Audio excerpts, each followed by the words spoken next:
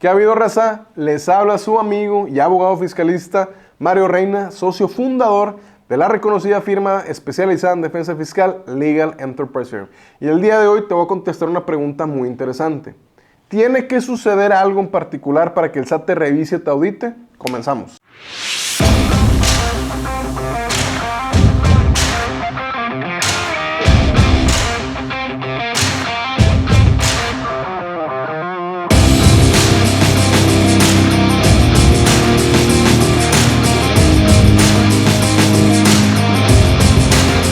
Antes de darte contestación a la pregunta, vamos a contextualizar de qué estoy hablando. El artículo 42 del Código Fiscal de la Federación despliega todas las facultades con las que cuenta la autoridad para revisar o auditar, entre las que se encuentran la visita domiciliaria, la revisión de gabinete o la revisión electrónica. Entonces, vamos primero que nada a leer este primer párrafo del artículo 42. Dice: las autoridades fiscales, a fin de comprobar que los contribuyentes, responsables solidarios, los terceros con ellos relacionados, etcétera, etcétera, han cumplido con las disposiciones fiscales, la autoridad estará facultada para determinar las contribuciones omitidas o los créditos fiscales, así como para comprobar la comisión de delitos fiscales y para proporcionar información a otras autoridades fiscales. Una vez que acabamos de leer el primer párrafo del artículo 42, algo sobresale a la vista. Si se fijan, no se establece como tal un protocolo en particular o cierta conducta o hipótesis que tenga que suceder para que la autoridad te revise. Vamos a poner atención otra vez. El artículo 42, sin más, simple y sencillamente faculta a la autoridad para auditar.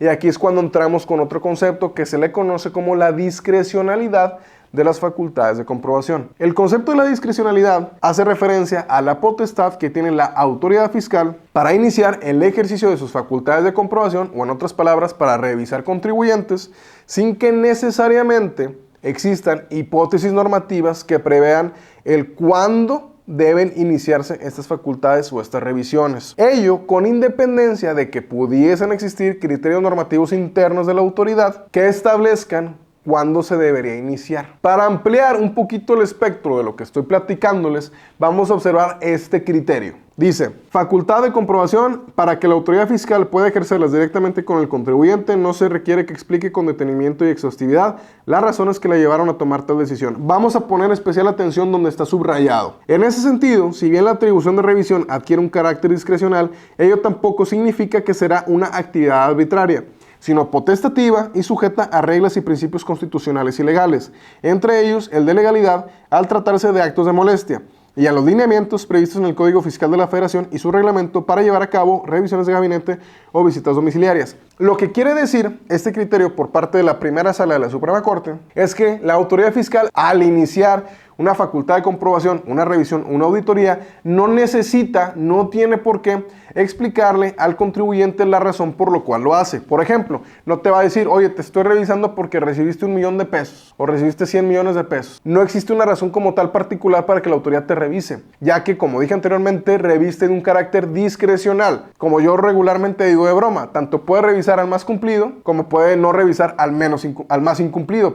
Ahora, dentro de la discrecionalidad que, reitero, revisten estos actos, es importante también que sepas otra cosa. Ya vimos que la autoridad te puede revisar a través del protocolo de visita domiciliaria, de revisión de gabinete o de revisión electrónica. No obstante, es primordial que conozcas que estas facultades o que la autoridad fiscal no se encuentra ceñida solamente a un protocolo de actuación, ya que no existe un fundamento que lo restrinja para ello. Y de manera complementaria, el segundo párrafo del mismo artículo 42 establece lo siguiente: las autoridades fiscales podrán ejercer estas facultades conjunta, indistinta o sucesivamente, entendiéndose que se inician con el primer acto que se notifique al contribuyente. Al respecto, los mismos tribunales colegiados de circuito han ampliado este criterio señalando lo que estás viendo en pantalla. En el criterio que establece facultades de comprobación, las previstas en el artículo 42, como es la práctica de visitas domiciliarias, pueden ejercerse indistinta, conjunta o sucesivamente, sin que la limitante señalada en el último párrafo del artículo 46 afecte su ejercicio. Vámonos a poner nuevamente énfasis en la parte subrayada. Las facultades de comprobación son de carácter discrecional y, por tanto, pueden ejercerse en forma conjunta, es decir, unidas, contiguas, unas con otras, mezcladas, indistintas, o sea, una u otra, cualquiera de ellas, o sucesivamente que suceden o sigan a otra u otras. Ahora, Como algo extra o como un tipo bonus que le podemos dar al presente video que estás viendo, te quiero explicar también qué se debe entender por contabilidad cuando la autoridad fiscal lo requiere. Si ya observamos que la autoridad tiene facultades discrecionales de comprobación, es decir, que no necesita un motivo particular para revisar, también es importante establecer qué puede revisar. Para tal efecto, el mismo artículo 42 en su fracción segunda y tercera te establece que la autoridad fiscal está facultada en sus facultades de comprobación, válgame la redundancia, para solicitar la contabilidad, bienes y mercancías. No obstante, como seguramente ya sabes, no es lo mismo la contabilidad general que la contabilidad para efectos fiscales. Para comprender qué puede solicitar la autoridad, es primordial que observemos el artículo 33, no del código, sino de su reglamento, el que estás viendo en pantalla, que te establece que los documentos que integran la contabilidad son registros o asientos contables, catálogo de cuentas, avisos o solicitudes de inscripción al RFC y su documentación soporte, declaraciones, estados de cuenta bancarios, conciliaciones de depósitos y retiros, acciones, partes sociales y títulos de crédito, la documentación relacionada con la contratación de personas físicas que prestan servicios personales, la documentación relativa a importaciones y exportaciones y, en general, la documentación comprobatoria que soporten todos los registros contables. Entonces, al desplegar las facultades de comprobación, la autoridad solamente está obligada o ceñida a solicitar la contabilidad para efectos fiscales.